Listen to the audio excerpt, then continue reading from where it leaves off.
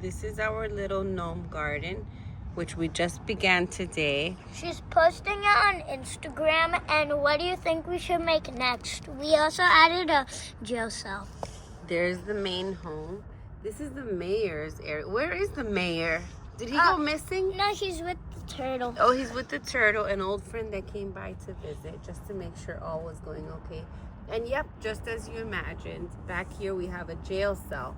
I said that earlier. That jail cell is guarding to make sure that those bugs don't get out. They're giant bugs who have tried to attack us several times. We put a worm in it. There's our fairy. She's protected in there. And we also have our gnome, who is our collector of logs. He's a woodcutter, and after a long, hard day, as you would imagine, if you're wondering, this is the woodcutter right there, guys. And this is his pet, that ladybug. I don't know if you could see it.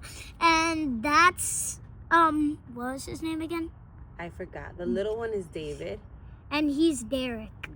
And that's their home, and he's the polisher, and he's just there to be cute. And is that all the wood that the gnome cut? The woodcutter cut all of those logs? And he also polished these rocks. Wow, let's see. Where'd you get these rocks? They're just collections for many years. We've just been collecting things. They look lovely and shiny.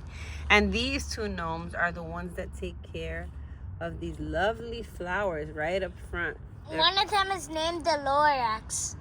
Here he is. You guessed it right with the yellow hat. Yep. How about this guy over here? What should we name him? Jeremy. Jeremy? No, Jerry. Jerry. Good name.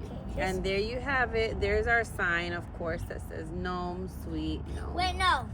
Actually, just ask the people what we should name that guy. What should we name